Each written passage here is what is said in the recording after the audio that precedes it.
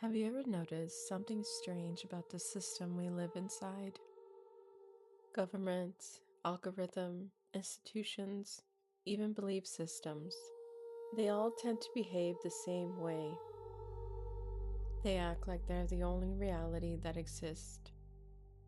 Anything outside the system gets dismissed, filtered, or labeled wrong. And here's the strange part. This exact same pattern was described almost 2,000 years ago in a group of ancient texts called the Gnostic writings. Those texts had a name for the force behind systems like that.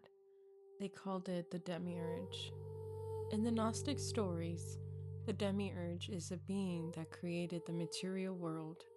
When it looks at it, it says, "I am the only God." Not because it's evil in some cartoon villain sense, but because it literally can't see anything beyond the system it exists inside of. From its perspective, it truly believes it's the highest authority. And that's what makes this story so interesting, because it starts to look less like a monster and a lot more like a closed system. According to those same texts, the Demiurge isn't alone. It creates helpers called Archons.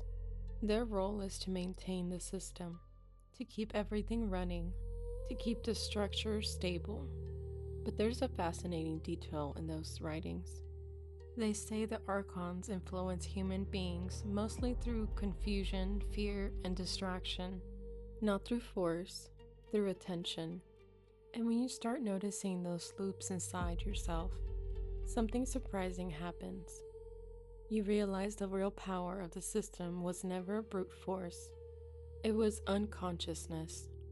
Because the moment awareness comes back online, the loop begins to break.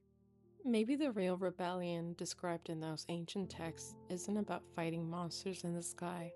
Maybe it's something much quieter.